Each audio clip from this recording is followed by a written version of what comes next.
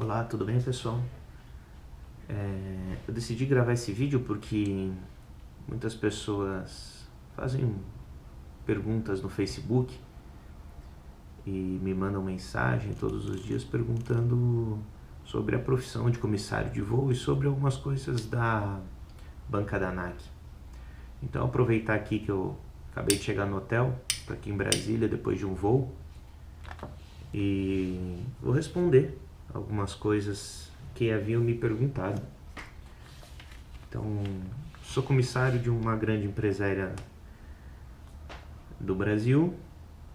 Eu exerço a função de comissário há cerca de 6 anos, mas antes eu dava aula para comissários e também já coordenei algumas classes em escola de comissários.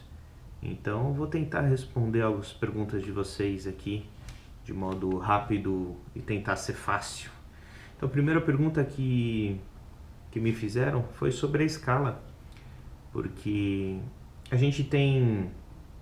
A nossa escala ela é regida pela Lei 7183, pelo Código Brasileiro de Aeronáutica.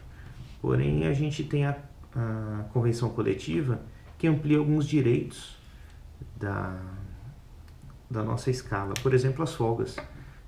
Na lei na Lei 7183, nós temos direito a 8 folgas mensais. Já a convenção coletiva hoje nos permite, para quem voa os aviões a jato no Brasil, um limite de 9 folgas. Então, temos 9 folgas mensais, pelo menos, que ajuda bastante, né, o controle de fadiga e ajuda a gente a ficar perto da nossa família também, né? Sobre aviso também a lei ela fala que são 90 minutos para a gente se deslocar até o local que o empregador solicitar, né? Porém, em grandes centros, por exemplo, São Paulo, Rio de Janeiro, Belo Horizonte, onde que existe mais de 2 aeroportos perto um do outro, nós temos esse limite aumentado para 2 horas e meia, que ajuda a gente também, porque imagina você numa sexta-feira em São Paulo, chovendo, 5 horas da tarde, você morando em São Paulo, perto do aeroporto de Congonhas, e você tem que se deslocar depois de um funcionamento até o aeroporto de Guarulhos. Em 90 minutos isso nunca seria possível.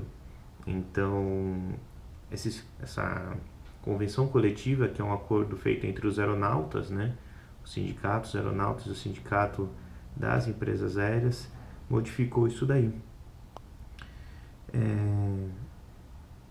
Perguntam também bastante sobre os hotéis, né, que a gente fica, o que a gente pode fazer. Então, aqui, por exemplo, eu estou num dos hotéis que a empresa disponibiliza para o pernoite, em Brasília, né? Então, vocês podem ver que são acomodações bem confortáveis. O hotel é totalmente pago pela companhia aérea. A condução que busca a gente no aeroporto e traz a gente para o hotel e vice-versa também é cedida pela empresa. A empresa marca uma hora para a gente estar disponível no hotel para regressar para o aeroporto.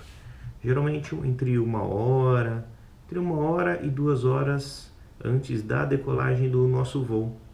Então, por exemplo, amanhã o voo decola às 6 horas da manhã.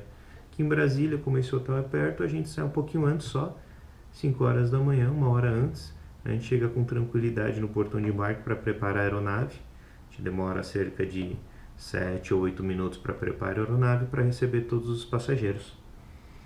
Então, essa condução também é fornecida pela empresa. Pergunta também o que a gente faz, né, se a gente pode sair do hotel nesse tempo livre que a gente fica. Por exemplo, eu vou ficar aqui cerca de 18 horas nesse hotel. Então, dá para sair, dá para fazer alguma coisa, dá para almoçar fora, assim. O tempo, depois que você faz o check-in no hotel, o tempo é livre, você organiza o tempo do jeito que você quiser. Tanto você pode ir almoçar fora, você pode ir no shopping, você pode sair para uma baladinha à noite. Só temos que respeitar algumas coisas, por exemplo, o consumo de álcool, né, que não é permitido, é recomendável em 12 horas antes, né? A gente não ingerir nenhuma bebida alcoólica e fazer as coisas com moderação, né? Não ir muito longe, vai que acontece alguma coisa, você não tem muito a quem recorrer, né? Então a gente pode fazer o que a gente quiser, por exemplo, na Argentina, você vai para Buenos Aires, nunca foi lá, vai ter um dia inteiro lá sem fazer nada. Vai dar uma volta, vai nos restaurantes e vai conhecer, né? Porque acho que o intuito principal da nossa profissão é você conhecer os lugares que você vai também, né? Não adianta você ir 10 vezes para Manaus e não conhecer o teatro, você ir para Belém e não conhecer o mercado Ver-o-Peso. Então a gente precisa conhecer os lugares que a gente vai, enriquece nossa cultura também. Estamos viajando praticamente de graça, né? A gente ganha para viajar, então vamos fazer alguma coisa nesse período. Eu estava vendo no Facebook que a galera estava numa discussão de quantos equipamentos um comissário ele pode voar ao mesmo tempo. Então, quantos tipos de aeronave um comissário pode tripular na mesma escala? A galera está falando em 4 equipamentos, as apostilas falam em 4 equipamentos. Eu desconheço esse limite, para dizer a verdade. Eu já procurei nas RBAC, eu já procurei na RBH, nas IACs, nas IS, e até então eu não achei esse limite. Até nos manuais da empresa eu recorri para procurar e não tenho esse limite, não vi em nenhum lugar esse limite. Então eu queria perguntar para vocês aí, se alguém tiver um documento oficial, não vale apostila de escola e resumo de internet e simulados, gabaritos simulados, eu precisaria saber em qual documento oficial da ANAC ou da aeronáutica se baseia esse limite de 4 equipamentos. Por exemplo, uma pessoa ela não poderia voar o 767, o 777, o A330, o A350 e o A320. A gente teria um limite só de 4 equipamentos, 4 tipos de aviões que a gente poderia voar. Então aqui eu faço uma pergunta também, se alguém puder ajudar, enriquecer todo mundo, os grupos de estudo das bancas. Queria saber se alguém tem esse limite, conhece a origem desse limite, em qual manual, em qual instrução, em qual IAC, RBAC que se baseia esse limite, para a gente poder melhorar os nossos estudos.